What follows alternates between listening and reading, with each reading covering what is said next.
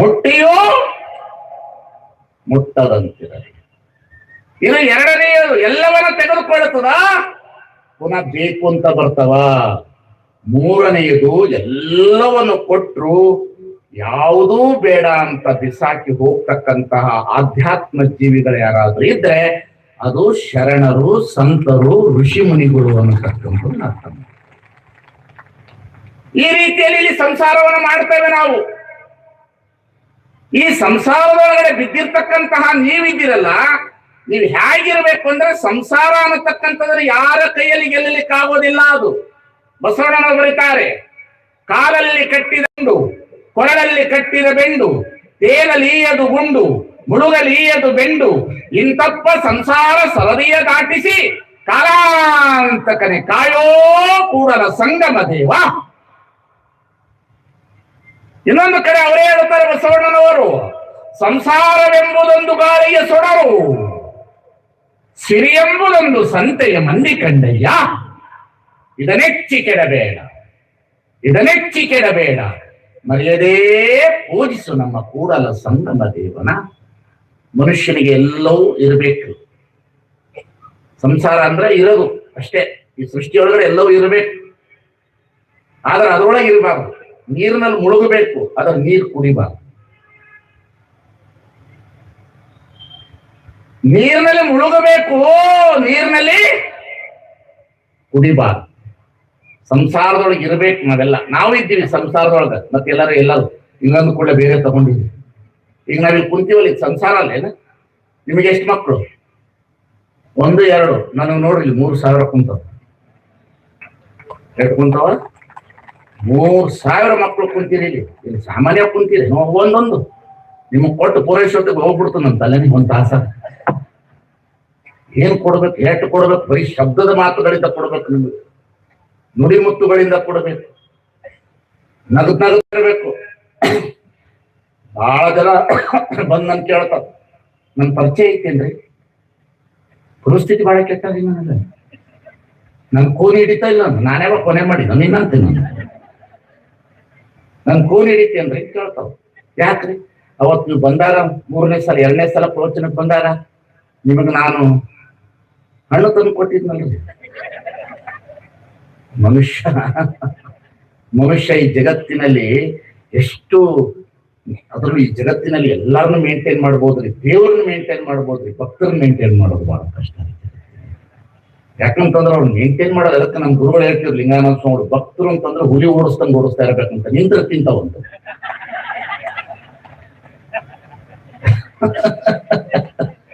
ಹುಲಿ ಓಡಿಸ್ದಂಗೆ ಓಡಿಸ್ತಾ ಇರ್ಬೇಕಂತ, ನಿಂತ್ರ ಇಲ್ಲೋ ಆಪೋಷಣ ಮಾಡ್ಕೊಳ್ತಾರಂತ ಬಿಡ್ತಾರೇನು. ಮತ್ತೇನ್ರಿ ಅಪ್ಪಳೆ ಆರಾಮಿದ್ದೀರಿ? ನಾನು ಏನೇ ಪ್ರವಚನ ಮುಗಿಸ್ಕೊಂಡು ಹೋಗ್ಲಿ ಆ ಕಡೆ ಎಲ್ಲಾರು ಸ್ವಲ್ಪ ಕಡೆ. ಏನ್ರಪ್ಪ ಮತ್ತೆ ಪ್ರವಚನಕ್ಕೆ ಹೋಗಿ ಬಂದಿರಿ, ಹೆಂಗೈತ್ರಿ ಬೀದರ್ ಪ್ರವಚನ? ಮತ್ತೆ ಹೆಂಗ್ರಿ? ಸ್ವಲ್ಪ ಮಳೆ ಬಂದದ್ರಿ, ಗೊಬ್ಬರಕ್ಕೆ ಏನಾದ್ರೂ ಐತೇನ್ರಿ? ಎಲ್ಲ ತಿಳಿತಲ್ರಿ. ಸ್ವಾಮಿಗಳ ಹತ್ರನು ವ್ಯವಹಾರ ಮಾಡ್ತಾರೆ ಅಂತ ಹೇಳಿದೆ ನಾನು. ನಾವು ಮಾಡೋರು ಇದ್ದೀವಿ, ಇಲ್ಲ ಅಂತಲ್ಲ, ಮಾಡ್ತಾ ಇರ್ತಾರೆ. ಮತ್ತೆ ಇದೆಲ್ಲ ಇರೋದೇ ಈ ಜಗತ್ತಿನೊಳಗಡೆ. ನಾನು ಏನ್ ಹೇಳೋದು ಅಂದ್ರೆ, ಸಂಸಾರ ಅಂತಂದ್ರೆ ಈ ಪ್ರಕೃತಿ. ಸಂಸಾರ ಅಂದ್ರೆ ಹೆಣ್ಣು ಬಿಡೋದಲ್ಲ, ಹೊನ್ನು ಬಿಡೋದಲ್ಲ, ಮಣ್ಣು ಬಿಡೋದಲ್ಲ. ಯಾಕಂತಂದ್ರೆ ಈ ಶರೀರ ಇದೆಯಲ್ಲ, ಈ ಶರೀರ ಸಂಸಾರವನ್ನ ಕಟ್ಟಿಕೊಂಡೇ ಹುಟ್ಟು ಬಂದಿದೆ. ಇದು ಸಂಸಾರವನ್ನ ಕಟ್ಟಿಕೊಂಡೇ ಬಂದಿರೋದು. ಇದು ತಲೆಯಿಂದ ಕಾಲಿನವರೆಗೆ ಈ ದೇಹದೊಳಗಡೆ ಯಾರ್ಯಾರ ನನ್ನ ತಂದೆ ತಾಯಿಯ ರೇಖಾ ಬಿಂದುಗಳಿದೆ, ನನ್ನ ತಾಯಿಯ ರಕ್ತವಿದೆ, ನನ್ನ ತಾತನ ಭಾವ ಇದೆ, ನನ್ನ ಅಜ್ಜನ ಗುರುತುಗಳಿದೆ, ನನ್ನ ತಂದೆ ತಾಯಿಯ ರೂಪವಿದೆ. ಇದನ್ನ ನಾನು ಬಹಳ ಮೇಂಟೈನ್ ಮಾಡೋದೇನು ಅಂತಂದ್ರ, ಮುಟ್ಟಿಯೋ ಮುಟ್ಟಲಾರದು, ಇದ್ದರೂ ಇರಲಾರದು. ಯಾರೊಬ್ರು ಕೇಳಿದ್ರು, ಸ್ವಾಮಿಗಳೇ ನೀವು ಕಾಮವನ್ನ ಗೆದ್ದಿದ್ದೀರಾ? ಇದೇ ಪ್ರಶ್ನೆ ಅಲ್ರಿ ಸನ್ಯಾಸಿಗಳಿಗೆ. ಸನ್ಯಾಸಿಗಳಿಗೆ ದೊಡ್ಡ ಪ್ರಶ್ನೆನೇ ಇದು. ನೀವು ಕಾಮವನ್ನ ಗೆದ್ದಿದ್ದೀರಾ? ಕಾಮ ಗೆಲ್ಲಲಿಕ್ಕೆ ಬರೋದಿಲ್ಲ. ಕಾಮವನ್ನ ಸಂಯಮದಿಂದ ಬೇಡ ಅಂತ ಬಿಡ್ಲಿಕ್ಕೆ ಬರ್ತದೆ ಹೊರತು ಗೆಲ್ಲಲಿಕ್ಕೆ ಬರೋದಿಲ್ಲ ಅನ್ನತಕ್ಕಂಥದನ್ನ ಅರ್ಥ ಮಾಡಿಕೊಳ್ಬೇಕಾಗ್ತದೆ. ಕಾಮ ಗೆಲ್ಲಲಿಕ್ಕೆ ಬರೋದಿಲ್ಲ. ಕಾಮ ಅಂದ್ರೆ ಬಯಕೆ. ಈ ಜಗತ್ತಿನ ಎಲ್ಲ ಬಯಕೆಗಳ ಆಗರವೇ ಈ ಸೃಷ್ಟಿ ಒಳಗಡೆ ಇರುವ ಜೀವ. ಇದು ಈ ಜೀವವನ್ನ ಗೆಲ್ಲಲಿಕ್ಕೆ ಬರೋದಿಲ್ಲ. ಅದು ಈ ಜಗತ್ತಿನಲ್ಲಿ ಕಾಮವನ್ನು ಗೆಲ್ಲಬೇಕಾದ್ರೆ ಬಹಳ ಕಷ್ಟ. ಅಕ್ಕ ಮಹಾದೇವಿ ಹೇಳ್ತಾರೆ, ಕಾಮವೇ ನಿಲ್ಲು ನಿಲ್ಲು, ಕ್ರೋಧವೇ ನಿಲ್ಲು ನಿಲ್ಲು, ಮೋಹವೇ ನಿಲ್ಲು ನಿಲ್ಲು, ಮದಮತ್ಸರಗಳೇ ನಿಲ್ಲು ನಿಲ್ಲು, ಸಚರಾಚರಗಳೇ ನಿಲ್ಲು ನಿಲ್ಲು ನಿಲ್ಲು ನಿಲ್ಲು. ನಾನು ಚೆನ್ನಮಲ್ಲಿಕಾರ್ಜುನ ದೇವರಿಗೆ ಅವಸರದ ಓಲೆ ಒಯ್ಯುತ್ತಿರುವೆ. ಚಂದ ಹೇಳುತ್ತಾಳ ನೋಡು, ಅತಿ ಅದ್ಭುತವಾದ ವಚನ ಇದು. ಕಾಮವೇ ಸ್ವಲ್ಪ ಹೊತ್ತು ನಿಲ್ಲಪ್ಪ. ಏನು ತಿಳಿತಿಲ್ಲ ನಿಮಗ? ಮದುವೆ ಆಗಿರ್ತದ, ಎಲ್ಲೋ ಒಂದು ರೂಪ ಕಾಣ್ತದ, ಇದಕ್ಕಿಂತ ಚಲೋ ಒಂದು ರೂಪ ಕಾಣ್ತದ, ಸ್ವಲ್ಪ ನಿಂತ್ಕೊಂತ ಹೇಳಿದ್ರೆ ಮನೆಯೊಳಗೆ ಬಾಳೆ ಆಗ್ತದೆ ಅಷ್ಟೇ. ಸೂಕ್ಷ್ಮ ಅರ್ಥ ಆಯ್ತಾ? ಕೈ ಮುಗಿದ್ರೆ ಯಾರೋ ಒಬ್ರು ಫೋಟೋ ಅರ್ಥ ಆಗ್ತದ ನಾ ಹೇಳೋದು. ರೂಪ ಏನು ಮಾಡ್ತದೆ ಈ ಜಗತ್ತಿನಲ್ಲಿ? ಎಲ್ಲವನ್ನ ಆಕರ್ಷಣೆ ಮಾಡ್ತದೆ ಈ ಜಗತ್ತಿನೊಳಗಡೆ. ಈ ಕಣ್ಣಿದೆಯಲ್ಲ, ಕಣ್ಣು ಈ ಜಗತ್ತಿನೊಳಗಡೆ ಎಲ್ಲವನ್ನ ಆಕರ್ಷಣೆ ಮಾಡುವಂಥದ್ದು. ಈ ಕಣ್ಣೇ ಎಲ್ಲದಕ್ಕೂ ಆಧಾರ. ಕಣ್ಣು ಸಾಮಾನ್ಯವಾದದಲ್ಲ. ಡಾಕ್ಟರ್ ರಾಜ್ಕುಮಾರ್ ಹಾಡು ಕೇಳಿದ್ರಲ್ಲೋ, ಅದೇ ಕಣ್ಣು ಕೇಳಿದ್ರಲ್ಲ. ಕಣ್ಣು ಅಂದ್ರೆ ಏನು ಅಂತ ತಿಳಿದಿದ್ದೀರಿ? ಜಗತ್ತಿನೊಳಗಡೆ ಬಸವಣ್ಣ ಬಂದು ಬಹಳ ಅಪರೂಪವಾದ ಗೃಹಸ್ಥ ಧರ್ಮವನ್ನ ಹೇಗೆ ತಂದ್ರು ಅಂದ್ರೆ, ಎಲ್ಲಾ ಯೋಗಗಳಿದ್ದು, ಎಲ್ಲಾ ಯೋಗಗಳು ದೈಹಿಕ ಯೋಗ ಇತ್ತು, ಮಾನಸಿಕ ಯೋಗ ಇತ್ತು, ಅನೇಕ ಯೋಗಗಳಿದ್ವು. ದೇಹಕ್ಕೆ ಬೇಕಾಗಿರುವ ಯೋಗಗಳು ಬೇಕಾದಷ್ಟು ಬಂದಿತ್ತು. ಜಗತ್ತನ್ನ ಆಳುವಂತ ಶಕ್ತಿ ಇರೋದು ಕಣ್ಣಿಗೆ ಮಾತ್ರ ಅನ್ನತಕ್ಕಂಥದ್ದು ಗೊತ್ತಾಗಿ ಬಸವಣ್ಣ ಏನ್ ಮಾಡುದು, ಈ ಕಣ್ಣಿನಿಂದ ಕೆಡುವಂತ ಎಲ್ಲ ಮನುಷ್ಯರಿಗೆ ಇಷ್ಟಲಿಂಗವನ್ನ ಕೊಡುವುದರ ಮುಖಾಂತರ ಕಣ್ಣನ್ನ ಶಿವಲಿಂಗ ಮಾಡಿ ಯೋಗದ ಪ್ರತಿರೂಪಕ್ಕೆ ತಂದಂತ ಮಹಾಪ್ರವಾದಿ ಬಸವಣ್ಣ ಜಗತ್ತಿನ. ಬಹಳ ಜನರಿಗೆ ಶಿವಯೋಗದ ಬಗ್ಗೆ ಯಾಕೆ ತಂದ್ರು ಅನ್ನೋದು ಗೊತ್ತಿಲ್ರಿ. ಬಹಳ ದೊಡ್ಡ ಬ್ಯೂಟಿಫುಲ್ ಕಾನ್ಸೆಪ್ಟ್ ನೋಡಿದ್ರಿ ಬಸವಣ್ಣ. ಕಣ್ಣು ಎಲ್ಲರಿಗೂ ಕೆಡಿಸ್ತದ್ರಿ. ಅದು ಮೊದಲು ಕಣ್ಣಿಗೆ ಸಂಸ್ಕಾರವನ್ನ ಕೊಟ್ಟವರು ಬಸವಣ್ಣ. ಕಣ್ಣಿಗೆ ಸಂಸ್ಕಾರ ಬರಬೇಕು. ಕಿವಿ ತಗೊಂಡು ಆಮೇಲೆ ನೋಡೋಣ. ಕಣ್ಣು ಬಹಳ ಅದಕ್ಕೆ ಬಸವಣ್ಣನವರು ನೋಟದ ಭಕ್ತಿ ಅಂದ್ರು. ಬಸವಣ್ಣನವರು ಅದನ್ನ ನೋಟದ ಭಕ್ತಿ ಅಂದ್ರು. ನೋಟದ ಭಕ್ತಿ, ಕಣ್ಣಿಗೆ ಸಂಸ್ಕಾರ. ಬೆಳಿಗ್ಗೆ ಎದ್ದ ಕೂಡಲೇ ಮಕ್ಕಳಿಗೆ ಶಿವಯೋಗ ಮಾಡಿಬಿಟ್ಟ, ಲಿಂಗ ನೋಡಿಬಿಟ್ರ ಆ ಹುಡುಗ ಕಣ್ಣು ಯಾವಾಗ ಲಿಂಗ ಆಗ್ತದೆ, ವಸ್ತುಗಳ ಮೇಲೆ ಮೋಹ ಬರೋದಿಲ್ಲ. ಪರಸ್ತ್ರೀಯರನ್ನು ನೋಡಿದ್ರೆ ಮಹಾದೇವಿ ಅನ್ನತಕ್ಕಂಥದ್ದು ಬರ್ತದೆ. ಅತ್ಯಾಚಾರಗಳ ಕಡಿಮೆ ಆಗ್ತದೆ. ಕಣ್ಣು ಎಲ್ಲವನ್ನ ತೋರಿಸಿ ಆಸೆಯನ್ನ ಮಾಡಿ ಮನುಷ್ಯನನ್ನ ತೆಗೆದುಕೊಂಡು ಹೋಗಿ ಪ್ರಪಾತಕ್ಕೆ ಬೀಳುವಂತ ಸಂದರ್ಭದ ಈ ದೇಶದೊಳಗಡೆ ಬಸವಣ್ಣ ಸಂಸಾರಿಗಳಿಗೆ ಒಂದು ಯೋಗ ಸೂತ್ರವನ್ನು ತಂದು, ಸಂಸಾರದಲ್ಲಿ ಸದ್ಗತಿ ಇದೆ ಅಂತ ಹೇಳ್ತಕ್ಕಂಥ ಶಿವಯೋಗದ ಮುಖಾಂತರ ಸಂಸಾರಿಗಳಲ್ಲಿ ಹೆಚ್ಚೆತ್ತಂತಹ ಬಹಳ ದೊಡ್ಡ ವ್ಯಕ್ತಿ ಯಾರಾದ್ರೂ ಬಸವಣ್ಣ. ಈ ಜ್ವರ ಚಪ್ಪಾಳೆ ತಟ್ರಿ, ನನಗಿಂತ ಹೆಚ್ಚಾಗಿ ನೀವು ಬಸವಣ್ಣನಿಗೆ. ಜಗತ್ತಿನಲ್ಲಿ ಸನ್ಯಾಸಿಗಳಿಗೆ ಬೋಧನೆ ಅಲ್ರಿ, ಸಂಸಾರಿಗಳನ್ನು ಸುಖ ಇಟ್ಟಂತ ಧರ್ಮ ಇದ್ರೆ ಅದು ಶರಣ ಧರ್ಮ ಮಾತ್ರ. ಸಂಸಾರಿಗಳಿಗೆ ಸುಖ. ಕಣ್ಣು ಎಲ್ಲವನ್ನ ಕೆಡಿಸ್ತದ್ರಿ. ಕಣ್ಣು ಇದೆಯಲ್ರಿ ಬಹಳ ಕೆಟ್ಟದು, ಬಹಳ ಕೆಟ್ಟದು. ನಾವು ಹೋಗಿ ತಪಸ್ಸಿಗೆ ಕೂತಿರ್ತೀವಿ. ಮನೆ ಬೇಡ, ಹೆಣ್ಣು ಬೇಡ, ಹೊನ್ನು ಬೇಡ, ಮಣ್ಣು ಬೇಡ ಅಂತ ಕೂತಿರ್ತೀವಿ. ನಾವು ತಪಸ್ಸಿಗೆ ಕೂರ್ತೀವಲ್ವ ನಾವು? ಯಾರು? ನಾವುಗಳು. ಹಿಂಗ್ ಕೂತಿರ್ತೀವಿ. ಕೂತೀನಿ ತಪಸ್ಸು ಮಾಡಬೇಕು, ತಪಸ್ಸಿನ ಭಂಗ ಮಾಡ್ಬೇಕಂದ್ರೆ ಮೇಲ್ಗಡೆಯಿಂದ ಬಂದ್ಬಿಡ್ತಾರೆ ರಂಬೆ, ಊರ್ವಶಿ, ಮೇನಕೆ, ತಿಲೋತ್ತಮೆ. ಕಣ್ಣಿಂಗ್ ನೋಡ್ತದ ಒಂದ್ಸಲ, ಇನ್ನೊಂದ್ಸಲ ಭಕ್ತ ಪ್ರಹ್ಲಾದ ನೋಡ್ರಿ, ರಾಜ್ಕುಮಾರ್ ಕತೆ. ಒಂದ್ಸಲ ಹಿಂಗ್ ನೋಡ್ತದ, ಒಂದ್ಸಲ ಹಿಂಗ್ ನೋಡ್ತದ ಅಲ್ವಾ? ಕಣ್ಣು ನೋಡ್ತದ. ಕಣ್ಣು ನೋಡಿದ ಕೂಡಲೇ ಅದು ಎಂತೆಂಥವ್ರು ಬೀಳ್ಸೈತ್ರಿ ಕಣ್ಣು. ಕಣ್ಣಿಗೆ ಒಳ್ಳೆ ಸಂಸ್ಕಾರ ಬರಬೇಕು ಈ ಜಗತ್ತಿನಲ್ಲಿ. ಕಣ್ಣಿಗೆ ಒಳ್ಳೇದು ಬರಬೇಕು. ಜಗತ್ತಿನಲ್ಲಿ ಮೊದಲಿಗೆ ಕಣ್ಣಿಗೆ ಸಂಸ್ಕಾರ. ಇದನ್ನು ಕೊಟ್ಟವರೇ ಬಸವಣ್ಣನವರು. ಅದಕ್ಕಾಗಿ ಸಿದ್ದರಾಮೇಶ್ವರರು ಬರೆದರು, ಬಸವನ ಯೋಗದಿಂದ ಅಸನಾಯಿತಿ ಲೋಕ. ಇಂಥ ಮಾತು. ಹಾಗಾದ್ರೆ ತೋಣ ಬರುವ ಪೂರ್ವದಲ್ಲಿ ಈ ಲೋಕ ಇರ್ಲಿಲ್ಲ, ಹಸನ ಹೆಂಗಾಯ್ತು? ಬಸವನ ಯೋಗದಿಂದ ಅಸನಾಯಿತಿ ಲೋಕ. ಕಣ್ಣುಗಳು ಇವತ್ತು ಎಂತಾದ್ರಿ, ಏನು ಭಜನೆ ಮಾಡ್ತಾರ, ಏನು ಬೇಕಾದ್ರೂ ಹೇಳ್ತಾರ, ಏನು ಸ್ತೋತ್ರ ಮಾಡ್ತಾರ. ನಾಲಿಗೆ ಸ್ತೋತ್ರ ಮಾಡಿದರೆ ಬದಲಾವಣೆ ಆಗೋದಿಲ್ಲ. ಕೈ ಚಪ್ಪಾಳೆ ತಟ್ಟಿದ್ರೆ ಭಜನೆ ಮಾಡಿದ್ರೆ ಅದು ಬದಲಾವಣೆ ಆಗೋದಿಲ್ಲ. ಮೊದಲು ಕಣ್ಣಿಗೆ ಶಿಕ್ಷಣ ಬರಬೇಕು. ಈ ಜಗತ್ತಿನಲ್ಲಿ ಕಣ್ಣಿಗೆ ಬರ್ಬೇಕ್ರಿ. ಹೆಣ್ಣು ಮಕ್ಕಳು ಮಾರ್ಕೆಟ್ಗೆ ಹೋಗೋದಕ್ಕೆ ವಿಚಾರ ಮಾಡ್ಬೇಕು. ಕಣ್ಣು ಇದ್ದಬೋದು ATM ಕಾರ್ಡ್ ಎಲ್ಲ ಖಾಲಿ. ಕಣ್ಣು ರೀ ಅದು. ಕಣ್ಣು ನಿಮ್ಗೆ ಆಸೆ ಪೂರೈಸತ್ತೇನ್ರಿ? ನಿಮ್ಮದಲ್ಲ, ಇವ್ರದ್ದು ಕೇಳ್ತೀನಿ. ಮುಗ್ದದೇನ್ರಿ? ದಾರಿಲಿ ಹೋಗುವಾಗ ಏನೋ ತರಬೇಕು ಅಂತ ಹೋಗ್ತದೆ, ಕಣ್ಣು ನಾನಾ ತರ ತೋರಿಸಿ ಬಿಡ್ತದ್ರಿ. ಬಜಾರ್ ಬಹಳ ದೊಡ್ಡ ಕೆಟ್ಟ ಬಜಾರ್ ಇದು, ಮಾಯಾ ಬಜಾರ್. ಮಾಯಾ ಬಜಾರ್ ಒಳಗಡೆ ಹೋದ್ರಿ ಅದೇನು ವೈವಿಧ್ಯಮಯವಾದದು. ಅದು ಬಟ್ಟೆ ಅಂಗಡಿಗೆ ಹೋದ್ರಿ ಎಲ್ಲ ಸೀರೆಗಳನ್ನ ತೆಗೆದಾಕಿಸ್ತದ ಈ ಕಣ್ಣು. ಕೊನೆಗೆ ಚೆನ್ನಾಗಿಲ್ಲ ಅಂತ ಎದ್ದು ಹೋಗ್ಬಿಡ್ತೀವಿ. ಅದಕ್ಕೆ ಹೇಳ್ತಿರ್ತೀನಿ, ಮಾತಾಡೋದ್ರ ಮುಂದೆ ಮೈ ಕೊಡಬಾರ್ದು, ಎಣ್ಣೆನ ನೀರಿನಲ್ಲಿ ಬಿಡಬಾರ್ದು, ಹೆಣ್ಣು ಮಕ್ಕಳನ್ನ ಸೀರೆ ಅಂಗಡಿಯಾಗ ಬಿಡಬಾರ್ದು. ಇವತ್ತು ನಿಮ್ಮದೇ ಆದ ಸಂಸಾರ ತೆಗೆದು ಹಾಕಿಸ್ತಾರ್ರಿ. ಅದು ಕೊಡು, ಇದು ಕೊಡು. ಯಾವ್ದು ತಗೊಂಡ್ರೆ ಏನು, ಬಿಲ್ ಹಾಕಿದ ಕೂಡಲೇ ಸೆಕೆಂಡ್ ಹ್ಯಾಂಡ್. ಅದು ನೀನ್ ಏನು ಬೇಕಾದ್ರೂ ತಗೋ.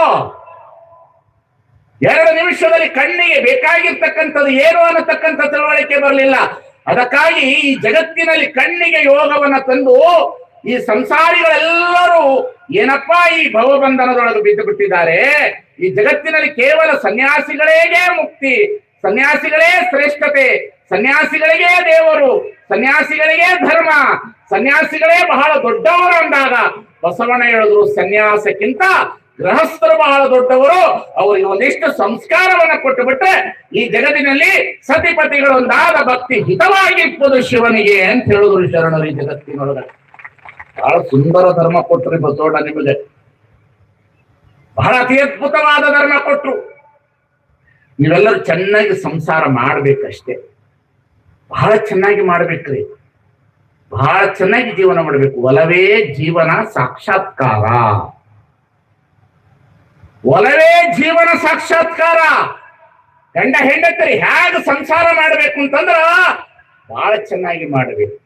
ಯಾಕೆ ಮಾಡ್ಬೇಕಂದ್ರೆ ಯೋಗ ಧರ್ಮದ ಕಡೆಗೆ ಬಂದಾಗ ಸ್ವಲ್ಪ ಆಸೆ ಕಡಿಮೆ ಆಗ್ತದೆ ಮನುಷ್ಯನ. ಆ ಪೇಪರ್ಮೆಂಟ್ ಚಾಕ್ಲೇಟ್ ಎಲ್ಲ ಕಡಿಮೆ ಆಗ್ತದೆ. ಯೋಗದ ಕಡೆಗೆ ಬರಬೇಕು, ಧ್ಯಾನದ ಕಡೆಗೆ ಬರಬೇಕು, ಅಭ್ಯಾಸದ ಕಡೆಗೆ ಬರಬೇಕು, ವಚನಗಳನ್ನು ಕೇಳುವುದರ ಕಡೆಗೆ ಬರಬೇಕು. ಎಲ್ಲಿ ಆಸೆ ಕಡಿಮೆ ಆಗ್ತದೆ ಅಲ್ಲಿ ಬಹಳ ಪರಮಾರ್ಥದ ಜೀವನದ ಪಾಸಿಟಿವ್ ಥಿಂಕಿಂಗ್ ಪ್ರಾರಂಭ ಆಗ್ತದಂತೆ ಸಂಸಾರದೊಳಗೆ.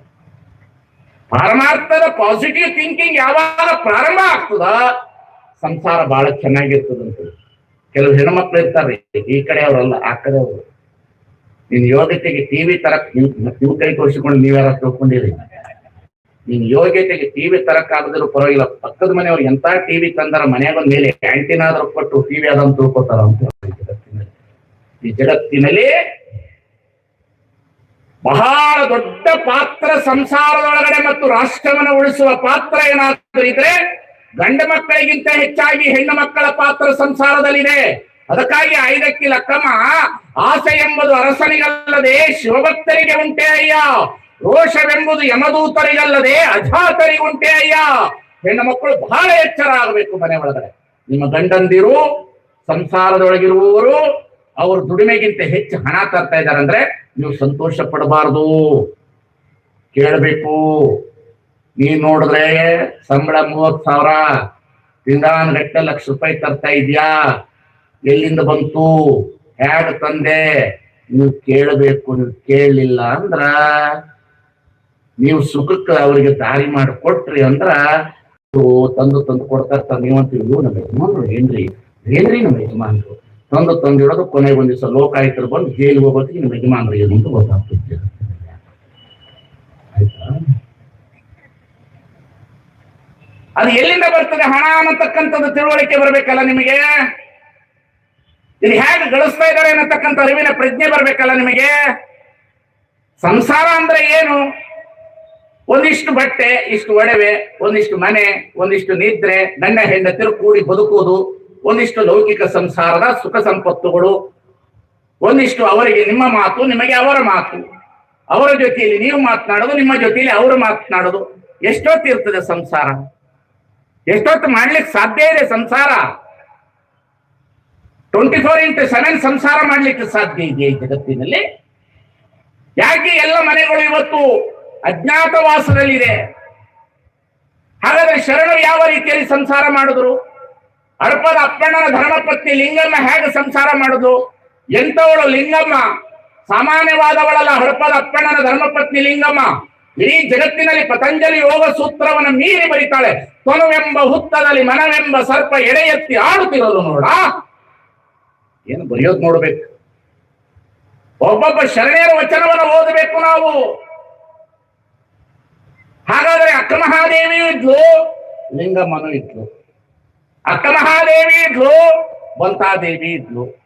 ಅಕ್ಕ ಮಹಾದೇವಿಯೂ ಇದ್ಲು, ಅಕ್ಕ ನಾಗಮ್ಮನೂ ಇದ್ಲು. ಅಕ್ಕ ಮಹಾದೇವಿ ಇದ್ಳು, ನೀಲಾಂಬಿಕೆ ಇದ್ಲು. ಹಾಗಾದ್ರೆ ಇಲ್ಲಿ ಸಂಸಾರಿಗಳಿದ್ರು, ಅಲ್ಲಿ ಸನ್ಯಾಸಿಗಳು ಇಬ್ಬರು ಈ ಜಗತ್ತಿನೊಳಗಡೆ ಈ ಸಮಾಜವನ್ನು ಕಟ್ಟಲಿಕ್ಕೆ ಪ್ರಾರಂಭ ಮಾಡಿದ್ರು. ಹಾಗಾದ್ರೆ ಸಂಸಾರ ಹೇಗೆ ಕಟ್ಟಿದ್ರು ಅವರು? ಇದು ನಮ್ಮ ಜನಗಳಿಗೆ ಅಂಡರ್ಸ್ಟ್ಯಾಂಡಿಂಗ್ ಹೊರಟೋಗ್ಬಿಡ್ತೀರಿ. ಬಹಳ ಸಂಸಾರದೊಳಗಡೆ ಯಥೇಚ್ಛವಾಗಿ ಬಂದು ನಿಂತು ಬಿಡ್ತೀರಿ. ಇವತ್ತು ಅದಕ್ಕೆ ಬಸವಣ್ಣನವರು ಅವತ್ತೇ ಬರೆದ್ರು, ತುಪ್ಪದ ಸವಿಗೆ ಅಲಗ ನೆಕ್ಕುವ ಸೊಣಗನೆಂತೆನ್ನ ಬಾಳುವೆ, ಸಂಸಾರ ಬಿಡದು ನೋಡೆನ್ನ ಮನವು, ಈ ನಾಯಿತನವ ಮಾಣಿಸು ಕೂಡಲ ಸಂಗಮ ದೇವ. ಗೌಡ್ರ ಮನೆಗೆ ದೊಡ್ಡ ದೊಡ್ಡ ದೊಡ್ಡ ದೊಡ್ಡ ಕತ್ತಿ ಇರ್ತದ ಇಲ್ಲ? ಬನ್ನಿ ಕುಯ್ಯಕ್ ದೊಡ್ಡ ದೊಡ್ಡ ಬೇಸ್ಗತ್ತಿ ಮನೆ ಕತ್ತಿ ಇರ್ತದ. ವರ್ಷಕ್ಕೊಂದ್ಸಲ ನವರಾತ್ರಿಯ ಕತ್ತಿ ತೆಗಿತಾರ. ಅವ್ರು ತೆಗೆದು ಏನ್ ಮಾಡ್ತಾರ, ಗೌಡ್ರ ಮನೆ ಅಂದ್ಮೇಲೆ ಎಣ್ಣೆ ಹಚ್ಚಕ್ ಬರಲ್ಲ, ತುಪ್ಪನೇ ಹಚ್ಚಬೇಕಲ್ಲ. ದೊಡ್ಡ ಸ್ಥಾನ ತುಪ್ಪನೇ ಹಚ್ಚಬೇಕಲ್ರಿ. ಆ ದೊಡ್ಡ ಕತ್ತಿ ಏನ್ ಮಾಡ್ತದೆ, ಚೂಪ್ ಇರ್ತದ್ರಿ, ಹರಿತವಾದ ಖಡ್ಗ ಇರ್ತದೆ. ಆ ಖಡ್ಗಕ್ಕೆ ಹರಿತವಾದ ಖಡ್ಗಕ್ಕೆ ಒಂದಿಷ್ಟು ತುಪ್ಪ ಹಚ್ಚಿ ಗೌಡ್ ಶಾಣಿ ಹೊರಗ್ ತಂದಿಡ್ತಾಳ. ಯಾವಾಗ ಗೌಡ್ ಶಾಣಿ ಹೊರಗ್ ತಂದಿಡ್ತಾಳ, ತುಪ್ಪದ ವಾಸನೆಗೆ ನಾಯಿ ಮೂಗಿಗೆ ಬಡಿತದ ಜಕ್ಕಂತ. ಎದಕ್ ಬಡಿತದ? ನಾಯಿಗೆ ಬಡಿತದ. ಎರಡನೇದು ಇದು ಕಣ್ಣೆ ಮುಟ್ಟದ್ಮೇಲೆ, ಎರಡನೇದು ಬಸವಣ್ಣನ ಮೂಗಿಗೆ ಬಂದ. ಸಂಸಾರ ಮಾಡುವ ರೀತಿಯ ವಿಚಾರಗಳು ಮೂಗಿಗೆ ಬಡಿತದ್ರಿ. ಯಾವಾಗ ಮೂಗಿಗೆ ಬಡಿತು, ನಾಯಿ ಬಂದೇನು ಮಾಡ್ತದ, ತುಪ್ಪದ ಸವಿಗೆ ಅಲಗನೆಕ್ಕುವ ಸೊಣಗನೆಂತನ್ನ ಬಾಳುವೆ, ಅಂದಣವನೇರಿದ ಸೊಣಗ ಕಂಡಡೆ ಬಿಡದು ತನ್ನ ಮುನ್ನಿನ ಸ್ವಭಾವವ, ಒಂದು ಮಲಕ್ಕೆ 9 ನಾಯಿ ಬಿಟ್ಟಂತೆ, ಎನ್ನ ಬಿಡು ತನ್ನ ಬಿಡು ಎಂಬುದು ಕಾಯ ವಿಕಾರ, ಎನ್ನ ಬಿಡು ತನ್ನ ಬಿಡು ಎಂಬುದು ಮನೋವಿಕಾರ, ಕರ್ಣೇಂದ್ರಿಯಗಳ ಸೊಣಗ ಮುಟ್ಟದ ಮುನ್ನ ಮನನೈದುಗೆ ನಿಮ್ಮ ಕೂಡಲ ಸಂಗಮ ದೇವ. ಏನ್ ಸಂಸಾರದ ವಚನಗಳು ತುಂಬಿ ತುಳುಕ್ಬಿಟ್ಟಾರ ಬಸವಾದಿ ಪ್ರಮುಖರು. ಆ ಸಂಸಾರ ಸ್ಥಳದೊಳಗಡೆ ಪ್ರವೇಶ ಮಾಡಬೇಕು ನಾವು. ಯಾವಾಗ ಖಡ್ಗಕ್ಕೆ ತುಪ್ಪ ಸೌರಿ ಇಟ್ಟಾರ, ನಾಲಿಗೆಗೆ ನಾಯಿ ಮೂಗಿನ ವಾಸನೆಗೆ ಬಂದ್ಬಿಡ್ತಲ್ಲ, ಬಂದು ಕೂಡ್ಲೆ ಏನಾಯ್ತು, ನಾಲಿಗೆಯಿಂದ ಖಡ್ಗನ ನಕ್ಕಕ್ ಶುರು ಮಾಡ್ತಂತ ತುಪ್ಪ ಆದ ಅಂತ. ಯಾವಾಗ ತುಪ್ಪ ಆದಂತ ಸವಿಲಿಕ್ಕೆ ಶುರು ಮಾಡ್ತು, ಖಡ್ಗ ಉಪ್ಪಿತ್ತಲ್ರಿ, ಖಡ್ಗ ಏನ್ ಮಾಡ್ತು, ನಾಲಿಗೆನ ಹರಿತು. ಒಳಗ ಏನ್ ಮಾಡ್ತದು, ಹರಿತು. ಹರಿದು ಕೂಡ್ಲೇನೆ ಏನ್ ಮಾಡ್ತು, ಈ ನಾಯಿ ಅಂತ ತಿಳ್ಕೊತು, ಖಡ್ಗದಿಂದ ರಕ್ತ ಬರಾಕತ್ತೈತಿ ಅಂತ ತಿಳ್ಕೊತು. ಡೇಂಜರ್ ಅದ, ತಿಳಿತಿಲ್ಲ. ಗೋವಾ ಕೆಸನಿಂದ ಬರಾಕತ್ತೈತಿ ಅಂತ ತಿಳ್ಕೊತಿದ್ರು.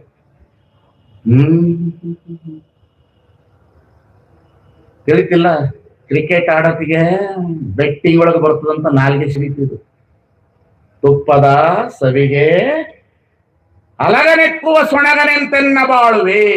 ಯಾವಾಗ ನಾಲಿಗೆಯಲ್ಲಿ ಅದನ್ನು ಅದನ್ನು ಕಡ್ಕೊಂಡು ಕತ್ತಿಯೊಳಗೆ ರಕ್ತ ಬರ್ತಾ ಇದೆ ಅಂತೇಳಿ ನಾಯಿ ಸತ್ತೋಗ್ತದಲ್ಲ, ಹಾಗೆ ಮನುಷ್ಯ ವಾಸನೆಯ ರುಚಿಗೆ, ನೋಟದ ರುಚಿಗೆ, ಶಬ್ದದ ರುಚಿಗೆ, ಸ್ಪರ್ಶ ಜ್ಞಾನದ ರುಚಿಗೆ ಗೊತ್ತಿಲ್ಲದಂತೆ ಹೋಗಿ ಈ ತುಪ್ಪದ ಸವಿಯ ವಾಸನೆಗೆ ಸಿಕ್ಕಾಕೊಳ್ತದಲ್ಲ ನಾಯಿ, ಹಂಗೆ ಇದು ಒಂದು ನಾಯಿ ಅಂತೆ. ನಾನು, ನೀವಲ್ಲ, ನಾಯಿ ಅಂತೀವಿ. ಯಾವುದು ನಿಮ್ಮನ್ನ ಮಜಾ ಅದ ರೀ, ಇದು ನಾಯಿ ರೀ, ಇದು ಸುಮ್ಮನೆ ಏನ್ರಿ, ನಾನು ನಾಯಿ ರೀ. ಯಾರ್ದಾರ ಮನೆಗೆ ಹೋಗ್ತೀನಲ್ಲ, ಸುಮ್ಮನೆ ಇರ್ತೀನಿ, ಏನಾದ್ರು ನೋಡ್ತೀನಿ, ಇದೇನ್ರಿ ಮತ್ತೆ ಕೊಡ್ತೀರೇನ್ರಿ ಅಂತ ಕೇಳಪ್ಪಿದ್ದೀನಿ. ತುಪ್ಪದ ಸವಿಗೆ ಅಲಗನೆಕ್ಕುವ ಸೊಣಗನಂತೆ ಬಾಳುವೆ. ಮನುಷ್ಯನಿಗೆ ಈ ಜಗತ್ತಿನಲ್ಲಿ ಆಸೆ ಅನ್ನತಕ್ಕಂಥದ್ದು, ನಾನು ಅನ್ನತಕ್ಕಂಥದ್ದು, ನನಗೇ ಅನ್ನತಕ್ಕಂಥದನ್ನ ಎಲ್ಲಿವರೆಗೆ ಬಿಡೋದಿಲ್ಲ ಅಲ್ಲಿವರೆಗೆ ಸಂಸಾರ ಅನ್ನತಕ್ಕಂಥದ್ದು ಇರ್ತದೆ ಅನ್ನತಕ್ಕಂಥದ್ದನ್ನ ಅರ್ಥ ಮಾಡಿಕೊಡಬೇಕಾಗಿರ್ತಕ್ಕಂಥದ್ದು. ನೀವೆಲ್ಲರೂ ಚೆನ್ನಾಗಿ ಸಂಸಾರ ಮಾಡಬಹುದು, ಆದ್ರೆ ಏನು ಮಾಡಬೇಕು? ನಿಮಗೆ ಸಂಸಾರ ಮಾಡೋದು ಅಂತಂದ್ರೆ ಇನ್ನೊಬ್ಬರನ್ನ ನೋಡಿ ಸಂಸಾರ ಮಾಡುವುದನ್ನ ಕಲಿತಾ ಇದ್ದೀರಿ. ಇನ್ನೊಬ್ಬರ ಬದುಕನ್ನ ನೋಡಿ ಸಂಸಾರ ಮಾಡ್ತೀರಿ ನೀವು. ಅವರು ಮನೆ ಕಟ್ಟಿಸಿದ್ದಾರೆ, ನಾವು ಕಟ್ಟಿಸ್ಬೇಕು. ಅವರು ಹೊಲ ತಗೊಂಡಿದ್ದಾರೆ, ನಾವು ಹೊಲ ತಗೋಬೇಕು, ಆದ್ರೆ ಅದರೊಳಗೆ ಇರಬಾರ್ದು. ಬಂಗಾರ ಇರಬೇಕು, ಆದ್ರೆ ಬಂಗಾರವೇ ಜೀವನ ಆಗಬಾರ್ದು, ನೀನೇ ಬಂಗಾರ. ಬದುಕಿನೊಳಗಡೆ ಎಲ್ಲವೂ ಇರಬೇಕು ಮನುಷ್ಯನಿಗೆ, ಆದ್ರೆ ಮನುಷ್ಯ ಅದೇ ಆಗಬಾರ್ದು. ಬಹಳ ಜನರಿಗೆ ಇದು ನಿಮಗೆ ಗೊತ್ತಾಗೋದಿಲ್ಲ. ಬಸವಣ್ಣ ಪ್ರಧಾನಮಂತ್ರಿ ಆಗಿದ್ದರೆ, ಕರ್ಣಿಕರಾಗಿದ್ದರೆ, ದಂಡನಾಯಕರಾಗಿದ್ದರೆ, ಅನುಭವ ಮಂಟಪದ ನಿರ್ಮಾಪಕರಾಗಿದ್ದರೆ, ಬಿಜ್ಜಳನ ಭಂಡಾರದಲ್ಲಿ ಏನು ತುಂಬಿ ತುಳುಕಿತ್ತರಿ, ಏನು ಕಡಿಮೆ ಇತ್ತು?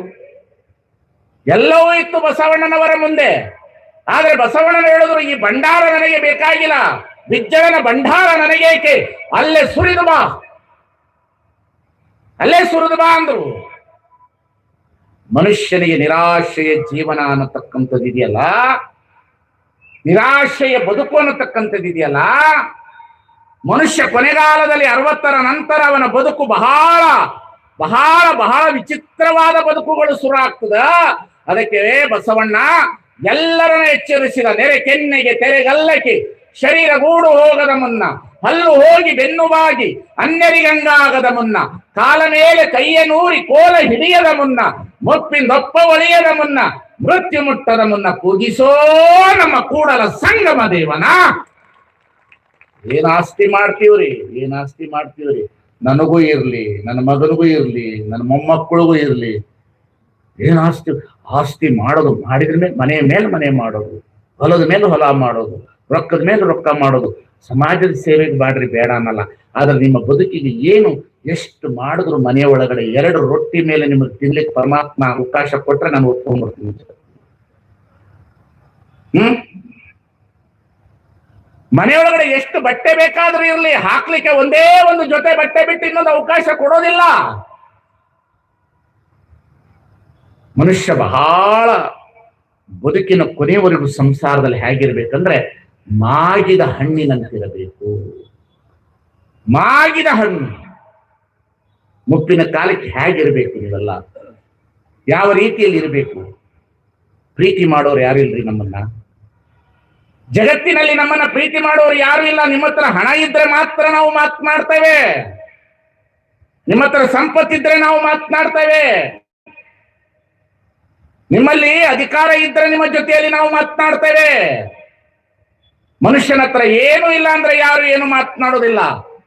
ಒಂದು ಮನುಷ್ಯನಿಗೆ ಈ ಜಗತ್ತಿನೊಳಗಡೆ ಇರಬೇಕಾಗಿರ್ತಕ್ಕಂಥದ್ದೊಂದು ವೈರಾಗ್ಯ, ಇನ್ನೊಂದು ಸುಂದರವಾದಂತ ಸುಜ್ಞಾನ. 2 ಬಹಳ ಮುಖ್ಯ ಮನುಷ್ಯನಿಗೆ. ನಾವೆಲ್ಲರೂ ಸೋಲ್ತಾ ಇದ್ದೇವೆ. ಒಂದು ಮೊಲಕ್ಕೆ 9 ನಾಯಿ ಅಂತೆ. 9 ನಾಯಿ ಬೇಕೇನ್ರಿ ಒಂದು ಮೊಲಕ್ಕೆ? ಎಷ್ಟು ಮಾಡ್ಬಿಡ್ತೇವೆ. ಕೊನೆಗೆ ನಿಮ್ಮನ್ನು ಯಾರು ಪ್ರೀತಿ ಮಾಡ್ತಾರೆ ಹೇಳ್ರಿ ನೋಡೋಣ? ನಿಮಗೆ ಯಾವುದು ಸುಖ ಕೊಡ್ತೀವಿ ಹೇಳ್ರಿ ನೋಡೋಣ? ಕೊನೆಗೆ ನಿಮಗೆ ಸುಖ ಕೊಡೋದು ಪಕ್ಕದಲ್ಲಿರುವ ವಿಭೂತಿ, ಎದೆ ಮೇಲೆ ಇದ್ದ ಲಿಂಗ. ಎರಡೇ ನಿಮ್ಮನ್ನು ಪ್ರೀತಿ ಮಾಡೋದು ಈ ಜಗತ್ತಿನಲ್ಲಿ. ಯಾರು ಏನ್ ಪ್ರೀತಿ ಮಾಡಿದ್ದೀರಿ? ಏನು ಪ್ರೀತಿ ಮಾಡ್ತಾರೆ ಹೇಳ್ರಿ? ಅದು ಬಂಗಾರದ ಗುಂಡುಗಡೆಗೆ ಅಥವಾ ಬೆಳ್ಳಿ ಗುಂಡುಗಡೆಗೆ ಹಾಕೊಂಡಿದ್ರ, ಚೌಕ ಹಾಕೊಂಡಿದ್ರ, ಮಣ್ಣು ಮಾಡೋ ಟೈಮಿಗೆ ನಾನೇನಾದ್ರೂ ಅಲ್ಲಿಗೆ ಬಂದ್ರ ಮೊದಲು ಅದನ್ನು ಕೊಡು, ಲಿಂಗ ಬಟ್ಟೆ ಕಟ್ಟು. ಒಂದು ಬಂಗಾರದ ತುಂಡು ಹಾಕೋದಿಲ್ಲ ನಿಮ್ಮ ಮೈ ಮೇಲೆ. ಏನೇನು ಕೊಡುವುದಿಲ್ಲ ಈ ಜಗತ್ತಿನಲ್ಲಿ. ನೀನು ಬಂದಿರತಕ್ಕಂಥ ವ್ಯವಸ್ಥೆ ಏನು? ಯಾವ ಕಾರಣಕ್ಕಾಗಿ ಈ ಜಗತ್ತಿಗೆ ನಾವು ಬಂದಿದ್ದೇವೆ, ಎದಕ್ಕಾಗಿ ಬಂದಿದ್ದೇವೆ, ಯಾವ ಉದ್ದೇಶಕ್ಕಾಗಿ ಈ ಸಮಾಜದೊಳಗಡೆ ಇದ್ದೇವೆ ಅನ್ನತಕ್ಕಂಥ ಅರಿವಿನ ಪ್ರಜ್ಞೆಯೇ ಸಂಸಾರ. The inner conscious knowledge development ಅನ್ನೋದು ಸಂಸಾರ. ಅದರ ಬಗ್ಗೆ ನಮ್ಗೆ ಯಾರಿಗೂ ಅರಿವಿಲ್ಲ. ಬರೀ ಕೊನೆಗಾಲದಲ್ಲಿ ನಿಮ್ಮನ್ನು ಯಾರು ಪ್ರೀತಿ ಮಾಡ್ತಾರೆ ಅಂತ ತಿಳ್ಕೊಂಡಿದ್ದೀರಿ ನೀವು? ಯಾರು ಪ್ರೀತಿ ಮಾಡೋದಿಲ್ರಿ.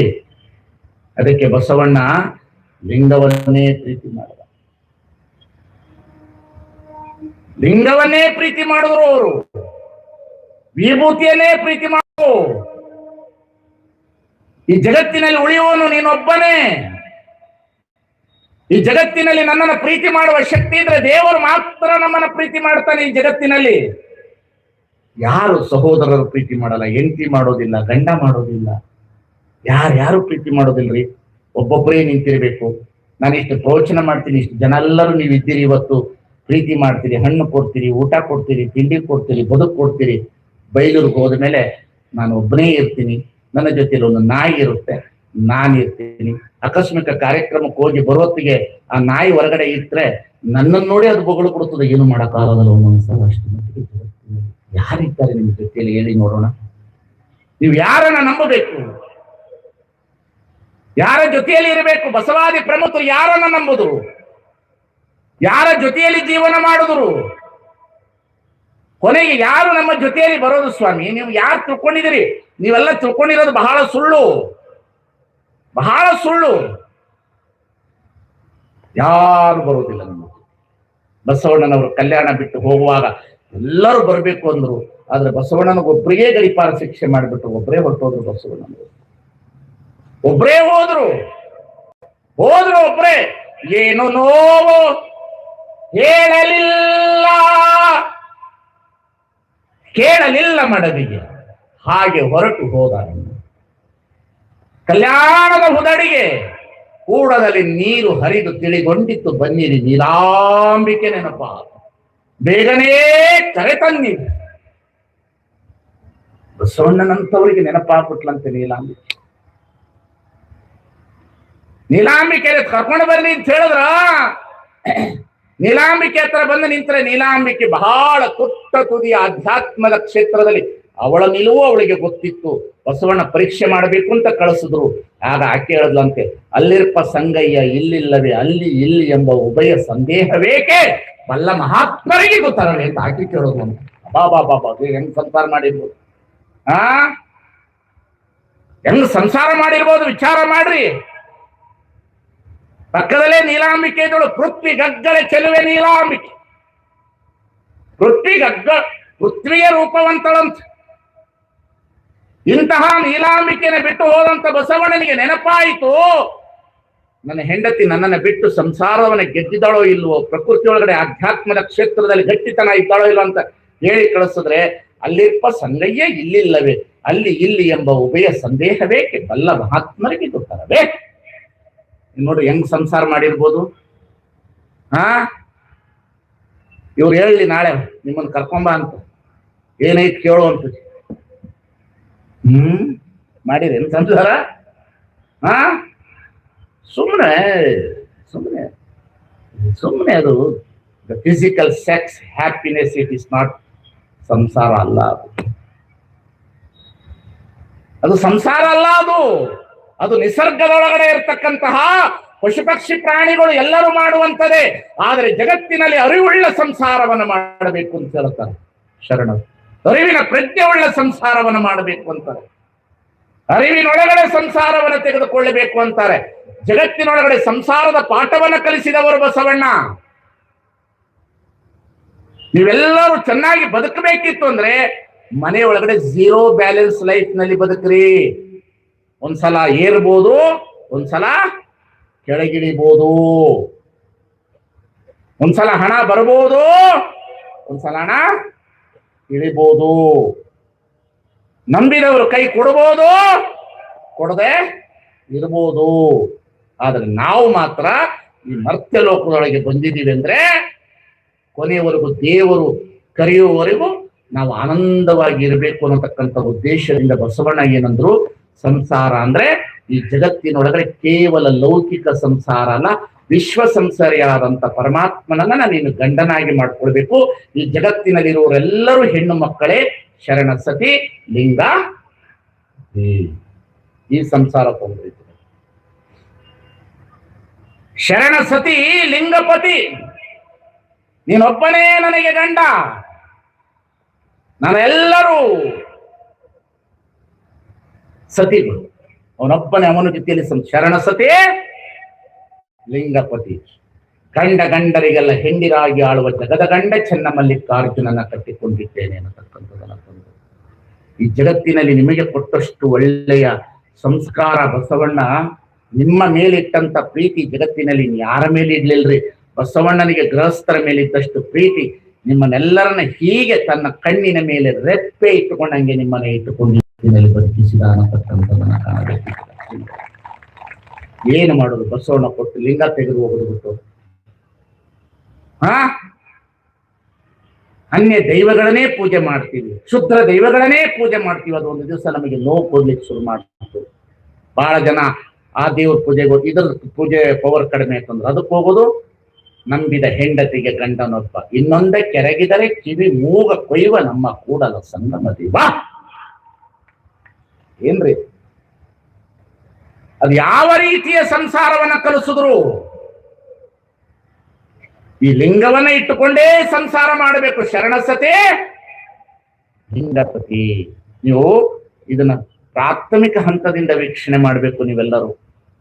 ನಿಮಗೆ ಸುಖ ಬೇಕಿತ್ತು ಅಂದ್ರೆ ನಾವೇನ್ ಮಾಡ್ಬಿಡ್ತೇವೆ? ಬಸವಣ್ಣನವರನ್ನ ಬಿಟ್ಟಿರೋದ್ರಿಂದ ಇಷ್ಟೆಲ್ಲ ದುಃಖ ಇದೆ ರೀ. ಬಸವಾದಿ ಪ್ರಮುಖರ ವಚನ ಓದ್ರಿ, ನಿಮಗೆ ಸುಖ ಇದೆ, ದುಃಖ ಇಲ್ಲ, ಸುಖ ಇದೆ ಅನ್ನತಕ್ಕಂಥದ್ದನ್ನ ಮಾಡಿದ್ದಾರೆ. ಯಾರೋ ಏನೋ ಹೇಳುತ್ತಾರೆ, ಯಾವುದೋ ಒಬ್ಬ ಮಂತ್ರವಾದಿ ಏನೋ ಕೊಡ್ತಾನೆ, ಯಾರೋ ಒಬ್ಬ ದಾರ ಕಟ್ತಾನೆ, ಯಾವನೋ ಒಬ್ಬ ಚೀಟಿ ಕಟ್ತಾನೆ, ಯಾವನೋ ಒಬ್ಬ ನಿಂಬೆಹಣ್ಣು ಕೊಡ್ತಾನೆ, ಯಾವನೋ ಒಬ್ಬ ಕಾಯಿ ಮಂತ್ರಿಸಿ ಮನೆಗೆ ಕೊಟ್ಬಿಟ್ರೆ ರೊಕ್ಕ ಬರ್ತದಂತಂದ್ರೆ ಈ ಜಗತ್ತಿನಲ್ಲಿ ಇಲ್ಲೆಲ್ಲ ದುಡ್ಡು ಬರಕ್ ಸಾಧ್ಯ ಇದೆ? ಆಯುಷ್ಯ ಹೆಚ್ಚಾಗ್ತದೇನ್ರಿ? ಸಂಸಾರಗಳಲ್ಲಿ ಇವತ್ತು ತೊಂದರೆ ಏನಾಗ್ತಾ ಇದೆ? ಏನು ನಂಬಬೇಕಾದನ್ನ ನಂಬಲಿಲ್ಲ ನಾವು, ಯಾವುದನ್ನ ಹಿಡಿಬೇಕು ಅದನ್ನ ಹಿಡಿಲಿಲ್ಲ, ಯಾವುದನ್ನ ನೋಡಬೇಕದನ್ನ ನೋಡ್ಲಿಲ್ಲ, ಯಾವುದನ್ನ ಕೇಳಬೇಕದನ್ನ ಕೇಳಲಿಲ್ಲ ನಾವು. ಬರೀ ಜಗತ್ತಿನ ಜನರಿಗೆ ಹೇಳಿದ ಮಾತುಗಳನ್ನೇ ಕೇಳಿದು. 1000 ವರ್ಷದ ಹಿಂದೆ ಬಸವಣ್ಣ ಹೇಳಿದ್ರು, ಸಂಸಾರವೆಂಬುದೊಂದು ಗಾಳಿಯ ಸೊಡರು, ಸಿರಿ ಎಂಬುದೊಂದು ಸಂತೆಯ ಮಂದಿ. ಇದನ್ನೆಚ್ಚಿ ಕೆಡಬೇಡ, ಮರೆಯದೇ ಪೂಜಿಸು ನಮ್ಮ ಕೂಡಲ ಸಂಗಮ ದೇವನ. ನಿಮಗೆ ನೆಮ್ಮದಿ ಬೇಕಿತ್ತು ಅಂದ್ರೆ ಲಿಂಗ ಇದೆ, ಆನಂದವಾದಂತ ಬದುಕನ್ನು ಕೊಡ್ತದೆ. ಬಸವಣ್ಣನವರಿಗೆ ಇಂತಹ ಸಂಸಾರವನ್ನ ಕಟ್ಟಿ ನಿಮಗಾಗಿ ಧರ್ಮ ತಂದ್ರು, ನಿಮಗಾಗಿ ಅಷ್ಟಾವರಣ ತಂದ್ರು, ನಿಮಗಾಗಿ ಪಂಚ ಆಚಾರಗಳನ್ನ ತಂದ್ರು, ನಿಮಗಾಗಿ ಶತಸ್ಥಳಗಳನ್ನ ತಂದ್ರು, ಮನೆಯನ್ನ ಬಿಟ್ರು. ಈ ಜಗತ್ತಿನೊಳಗಡೆ ನಿಮಗಾಗಿ ಜೀವನವನ್ನ ಗಂಧದ ಕೊರಡಿನಂತೆ ತೆಗೆದು. ನಿಮಗೆ ದೇವರು ಧರ್ಮ ಇರಲಿಲ್ಲ, ತೊಂದರೆ ಇತ್ತು, ಕರ್ಮವಾದ ಇತ್ತು, ಏನೇನು ಕಾಡ್ತದ್ರಿ? ರಾವು ಕಾಲ ಕಾಡ್ತದೆ, ಗುಳಿಗೆ ಕಾಲ ಕಾಡ್ತದೆ, ಯಮಗಂಟ ಕಾಲ ಕಾಡ್ತದ, ಎಡಗಾಲ ಕಾಡ್ತದ, ಬಲಗಾಲ ಕಾಡ್ತದ. ಬಲಗೈ ಶ್ರೇಷ್ಠ ಅಂತ ಹೇಳಿದಂತ ದಿನಮಾನ ಕಾಲದಲ್ಲಿ ಬಸವಣ್ಣ ಬಲಗೈಗಿಂತ ಎಡಗೈ ಶ್ರೇಷ್ಠ ಅಂತೇಳಿ ಲಿಂಗದ ಗದ್ದಿಗೆಯನ್ನು ಮಾಡಿ ಜಗತ್ತಿನಲ್ಲಿ ಕಲ್ಲಿಗೆ. ಏನ್ರಿ ಈ ದೇಹದೊಳಗಡೆ ಭೇದ ಭಾವ ಮಾಡಿಬಿಟ್ರಿ. ಎಡಗೈ ಕನಿಷ್ಠ, ಬಲಗೈ ಶ್ರೇಷ್ಠ. ಎಡಗಣ್ಣು ಕನಿಷ್ಠ, ಬಲಗನ್ನು ಶ್ರೇಷ್ಠ. ಹೆಣ್ಣು ಎಡಕ್ಕ ಕುತ್ಕೊಳ್ಬೇಕು ಮದುವೆಗೆ, ಗಂಡು ಬಲಕ್ಕೆ ಇರಬೇಕು ಅಲ್ವಾ? ಇಡೀ ಅಂಗಾಂಗಗಳಲ್ಲಿ ಅಸ್ಪೃಶ್ಯತೆಯನ್ನ ತಂದ್ರಿ. ಮಾನವ ಸ್ಪೃಶ್ಯತೆ ದೊಡ್ಡದಲ್ಲ, ಮಾನವಗಳ ಮೇಲೆ ಅಸ್ಪೃಶ್ಯತೆ ದೊಡ್ಡದಲ್ಲ. ಅಂಗಾಂಗಗಳಲ್ಲಿ ಕೀಳರಿಮೆ ಬಂದ್ಬಿಡ್ತೀರಿ. ಕಪ್ಪಿದ್ರೆ ಬಹಳ ಕಷ್ಟ, ಬೆಳ್ಳಗಿದ್ರೆ ಬಹಳ ಚಲೋ. ಮೂಲಾ ನಕ್ಷತ್ರದಲ್ಲಿ ಹುಟ್ಟಿದ್ದೇಳೆ ಈ ಹೆಣ್ಣು ಮಗಳು ಮದುವೆ ಆಗಬಾರದು ಅಂತ ಹೇಳಿಬಿಟ್ರು. ಎಷ್ಟು ಜನ ಹೆಣ್ಣು ಮಕ್ಕಳ ಭವಿಷ್ಯ ಹೊರಟೋಯ್ತು, ಎಷ್ಟು ಜನರ ಹೆಣ್ಣು ಮಕ್ಕಳ ಭವಿಷ್ಯ ಹೋಯಿತು, ಎಂತೆಂತ ಹೆಣ್ಣು ಮಕ್ಕಳ ಜೀವನ ಹಾಳಾಗಿ ಹೋಯಿತು ಈ ದೇಶದಲ್ಲಿ ಇರ್ತಕ್ಕಂಥ ಮೂಢನಂಬಿಕೆಯ ಶಾಸ್ತ್ರದಿಂದ. ಇದನ್ನು ಕೇಳುವವರು ಯಾರು? ಕೈ ಬೀಸಿ ಕರೆದ ಬಸವಣ್ಣ ನಿಮ್ಮನ್ನು. ಅನುಭವ ಮಂಟಪದಲ್ಲಿ ನಿಂತುಕೊಂಡು ನಿಮ್ಮ ಬಗ್ಗೆ ಹೋರಾಟ ಮಾಡಿದ್ರು. ಗೃಹಸ್ಥರ ಬಗ್ಗೆ ಶಾಸ್ತ್ರಗರವೆಂಬೆನೆ ಕರ್ಮವ ಗುಂಜಿಸಿ ಹೇಳುತ್ತೀವಿ. ಏನ್ ಹೇಳಿದ್ರು? ಇನ್ನೂ ನಾವು ಆ ದಾರಿಯಲ್ಲೇ ಹೋಗ್ತಾ ಇದ್ದೀವಿ, ಆ ದಾರಿಯಲ್ಲೇ ನಡೀತಾ ಇದ್ದೀವಿ ಅಂದ್ಮೇಲೆ ಮತ್ತೆ ನಮಗೆ ನೋವು ಇರೋದೇ ಅಲ್ರಿ. ನಾವು ನಮ್ಮ ಅಪ್ಪ ಏನ್ ಹೇಳಿದಾನ ಅದನ್ನ ಕೇಳ್ಬೇಕ್ರಿ. ಮಿಕ್ಕದವರೆಲ್ಲರೂ ದೊಡ್ಡಪ್ಪ ಚಿಕ್ಕಪ್ಪ ಇರ್ಬೋದು, ನಮ್ಮ ಅಪ್ಪ ಬಸವಣ್ಣ, ನಮ್ಮ ಅಪ್ಪನ ಗೊತ್ತಿದೀವಿ, ನಮ್ಮ ಅಪ್ಪ ಏನ್ ಹೇಳ್ತಾನ ಅದನ್ನ ಕೇಳ್ಬೇಕ್ರಿ. ಅಲ್ವಾ? ಎಲ್ಲಿ ಕೇಳ್ತಾ ಇದ್ದೀವಿ? ನಮ್ಮಂತ ಚೋಟ ಮೋಟ ಸ್ವಾಮಿಗಳು ಏನಾರು ಬಂದು ಹೇಳಿದ ಕೂಡ ಅವ್ರ ಹಿಂದೆ ಬೆನ್ನತ್ತು ಹೋಗ್ತಿದ್ರು. ಅವು ಹೇಳತಾವ ಕುಂತಲೆ 3 ಅಡಿ ಎದ್ದೇಳ. ಏನ್ ಹೇಳತಾನ? ಏನ್ ಹೇಳಾವ? ನಮ್ಮಂತ ಸ್ವಾಮಿಗಳು ಕುಂತ್ಕೊಂಡಿದ್ದ ಕೂಡಲೇ ನಮಸ್ಕಾರ ಮಾಡಿದ ಕೂಡಲೇ ತಟ್ಟೆ ನೋಡ್ತೀವಿ. ನೀವು ಹಾಕಿದ ರೊಕ್ಕದ ಮೇಲೆ ಬದುಕೋರು, ನಿಮಗೇನು ಆಶೀರ್ವಾದ ಮಾಡ್ತೀವಿ? ಏನ್ ಮಾಡ್ಲಿಕ್ಕೆ ಸಾಧ್ಯ ಇದೆ ಇವತ್ತು?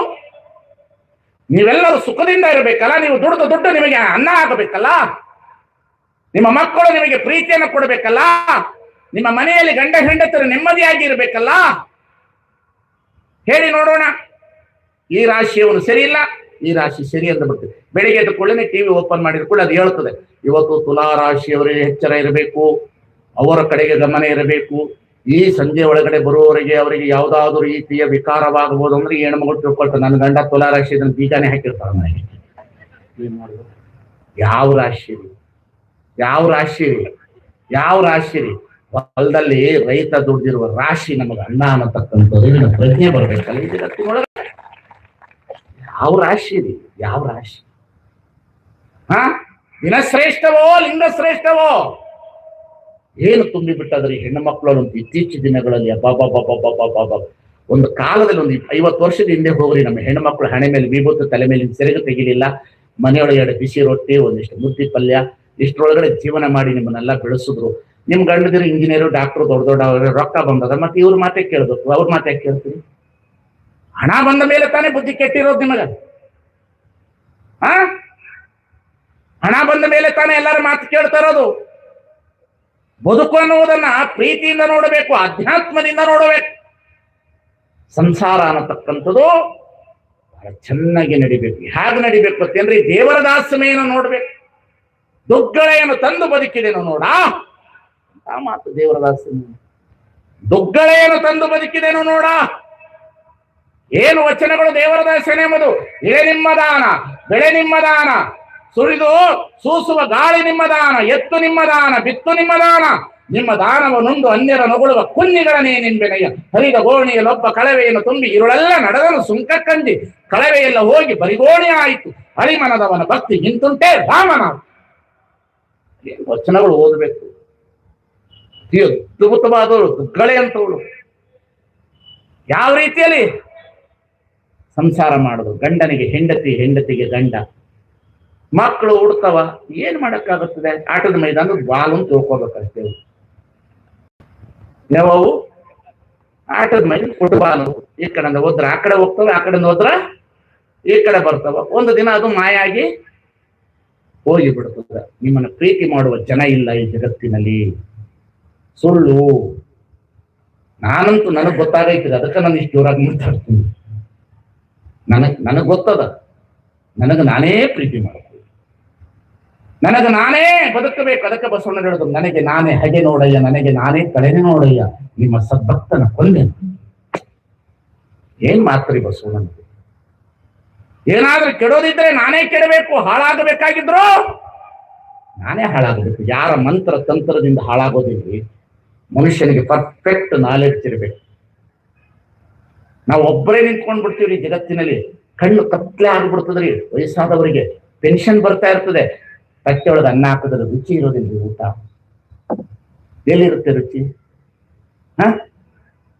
ಏನಿದ್ರೆ ಏನ್ರಿ?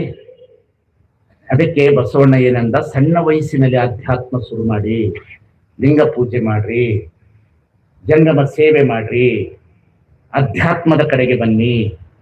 ಜೀವನ ಅಂದ್ರೆ ಇಷ್ಟೇ ಅನ್ನತಕ್ಕಂಥದನ್ನ ಅರ್ಥ ಮಾಡ್ಕೊಳ್ರಿ. ಕೇವಲ ಉಂಡು ತಿಂದು ತೇಗಿ ಹೋಗ್ತಕ್ಕಂಥ ದೇಹ ಅಲ್ಲ ಇದು. ಬರೀ ಉಂಡು ತಿಂದು ತೇಗಿ ಹೋಗುವ ದೇಹ ಅಲ್ಲ ಇದು. ಕೆಲವ್ರಿಗಂತೂ ಚೆ ಚೆ ಚೆ ಚೆ ಏನು ತಂದಿಟ್ರು ಸಮಾಧಾನ ಇಲ್ರಿ.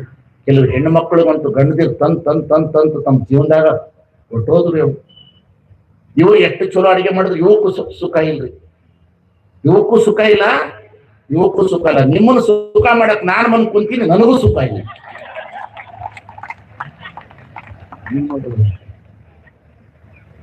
ಹೊಯ್ಕೋ ಸ್ವಾಮಿ, ಎಷ್ಟೊತ್ತು ಹೊಯ್ಕೋತ ಹೊಯ್ಕೊ.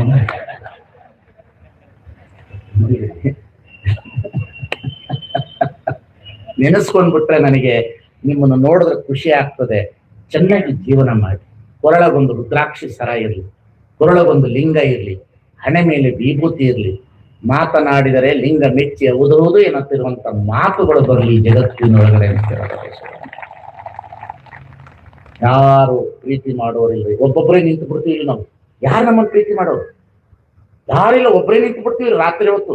ಇಲ್ಲಿ ಯಾರು ಬರುವರೋ, ಯಾರ ದಾರಿ ಕಾವುದೋ, ಪ್ರೀತಿಯಿಂದ ಕರೆಯುವ ಕೊರಳ ಇನ್ನೂ ಕೇಳದು ಯಾರು ಇಲ್ಲ ಸರೆ. ತಾವೇ ನಮ್ಮ ದೇವರೇ ಇಂದು ನಾಳೆಯ ಸೇರಿತು, ಮಲಗೋ ವೇಳೆಯಾಯಿತು. ಎಲ್ಲ ಇರ್ತದ್ರಿ, ಹೊರಗಡೆ ಬಂದು ನಿಂತ್ಕೊಂಡ್ಬಿಡ್ತದ ಜೀವ. ಹೃದಯ ಭಾರವಾಗಿದೆ, ಚಿಂತೆ ನೂರು ಕವಿದಿದೆ, ನಾಳೆ ಆಸೆ ಒಂದಲೇ ಮತ್ತೆ ಜೀವ ಉಳಿದಿದೆ. ವರಸು ಕಣ್ಣ ಕಂಬನಿ, ಸುರಿಸು ನಿನ್ನ ನೆಗೆಹನಿ, ಇಂದು ನಾಳೆಯ ಸೇರಿತು, ಮಲಗೋ ವೇಳೆಯಾಯಿತು. ಸಂಜೆ ಕೆಂಪು ಮೂಡಿತು, ಹಕ್ಕಿಗೂಡು ಸೇರಿತು, ಹೂ ಮುಖವ ಮುಚ್ಚಿತು, ನೂರು ತಾರೆ ಮಿನುಗಿತು, ನಗರವೆಲ್ಲ ಮಲಗಿತು. ನಿದಿರೆ ತಾಯೇ ತೋಳಲಿ ನಿನಗೆ ಸುಖವು. ಎಲ್ಲರಿಗೂ ತಾಯಿಯ ತೊಡೆ ನೆನಪಾಗ್ತದಂತೆ ಸಾಯುವ ಸಂದರ್ಭಕ್ಕೆ. ಎಲ್ಲರಿಗೂ ನೆನಪಾಗ್ಬಿಡ್ತದಂತೆ. ಎಂಥವರಿಗಾದರೂ ನೆನಪಾಗ್ತದಂತೆ ತಾಯಿಯ ತೊಡೆ, ಅವಳ ವಾತ್ಸಲ್ಯ, ಅವಳ ಮಮತೆ. ಯಾಕೆ? ಅವಳು ಸಾಕುವ ರೀತಿಯಾಗಿರ್ತದೆ ಜಗತ್ತಿನೊಳಗಡೆ. ಸುಮ್ಮನೆ ಬಹಳ ಬಿಗಿಯಬೇಡ, ಹರಿದು ಹೋದಿತ್ತು ಸಡಿಲ ಬಿಡಬೇಡ, ನಾದ ಉಂಟಾಗಲಿಕ್ಕಿಲ್ಲ. ಬಿಗಿಬೇಡ್ರಿ, ಹರ್ಕೋಬೇಡ್ರಿ, ಹೆಚ್ಚು ಗಳಿಸ್ಬೇಡ್ರಿ. ಸಾಲ ಇಲ್ಲದ ಬದುಕುವುದನ್ನು ಕಟ್ಟಿಕೊಳ್ಳಿ. ಸಾಲ ಇಲ್ಲದ ಬದುಕನ್ನು ಕಟ್ಟಿಕೊಳ್ಳಿ. ಜಗತ್ತಿನಲ್ಲಿ ಗಳಿಸೋದು ದೊಡ್ಡ ಮಾತಲ್ಲ. ಬರೀ ಮನೆಗಳಲ್ಲಿ ಸಾಲ ಸಾಲ ಸಾಲ ಸಾಲ. ಏನ್ ತಗೊಂಡು ಎಷ್ಟು ತಂದಿಟ್ರು ಮನೆ ಒಳಗಡೆ ಅವೆಲ್ಲವನ್ನು ಉಪಯೋಗಿಸಲಾರದ ಬದುಕು ನಮ್ಮದಾಗಿ ಬಿಡುತ್ತದೆ. ಈ ಜಗತ್ತಿನಲ್ಲಿ ನಮಗೆ ಶಾಂತಿ ನೆಮ್ಮದಿ ಕೊಡುವುದೇನಾಗಿದ್ದರೆ ಪರಮಾತ್ಮನ ನಾಮಸ್ಮರಣೆ ಒಂದೇ ಸಂಸಾರಿಗಳಿಗೆ ಸುಖ ಅನ್ನತಕ್ಕಂಥದನ್ನು ಅರ್ಥ ಮಾಡಿಕೊಳ್ಳಬೇಕು. ಇದನ್ನು ಮೀರಿದ ಯಾವುದಿಲ್ಲ. ಇಂತಹ ಸಂಸಾರವನ್ನು ಕಟ್ಟಿದಂಥ ಬಸವಣ್ಣ ಲಿಂಗವನ್ನ ಕೊಟ್ಟರು. ಈ ಲಿಂಗ ಅಂದ್ರೆ ಏನು? ನಾಳೆ ಕುತ್ಕೊಳ್ಳಿ, ಹೋಗ್ಬೇಡಿ. ಸಂದೇಶ ಜಾಸ್ತಿ ಆಗಿದ್ರೆ ಕರೆಂಟ್ ಹೋಯ್ತಲ್ಲ.